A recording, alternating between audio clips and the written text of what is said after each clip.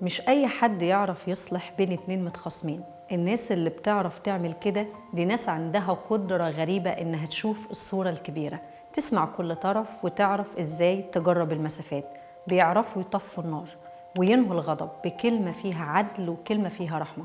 تخيل معايا كده القصة دي، تخيل كده راجل غني صاحب سلطة شاف ست جميلة عجبته واشتهاها، وعشان هو صاحب سلطة جابها واعتدى عليها. مش بس كده، دي الست دي أصلا كانت متجوزة، والراجل صاحب السلطة ده عشان يداري على عملته راح قتل جوزها. القصة دي مش قصة خيالية، مش من تأليفي، دي قصة من الكتاب المقدس. والراجل الغني ده هو داود الملك، والراجل اللي اتقتل اسمه أوريا الحسي. أنا بقى تخيلت الاتنين دول قابلوا بعض في السماء ودار بينهم حوار، وأوريا ابتدى يسأل داود هو إزاي ربنا سامحك بعد كل اللي انت عملته ده.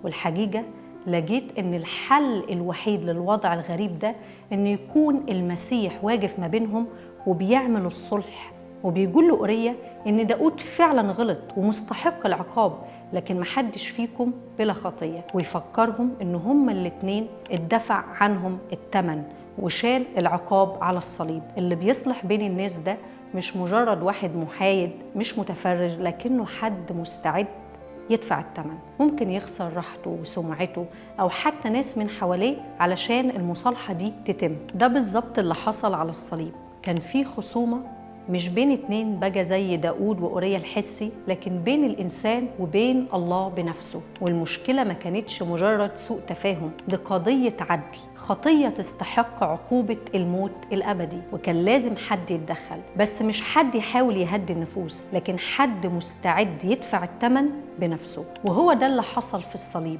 يسوع شال على الصليب كل الغلط اللي احنا غلطناه. مكتوب عن يسوع كده: كلنا كغنم ضللنا، ملنا كل واحد إلى طريقه، والرب وضع عليه اسم جميعنا. فلو أنت حاسس إنك عامل حاجة فصلت بينك وبين ربنا وبعدتك عنه، يسوع بيفكرك النهاردة إنه بالصليب يقدر يردك ليه تاني. بالصليب غفران خطاياك.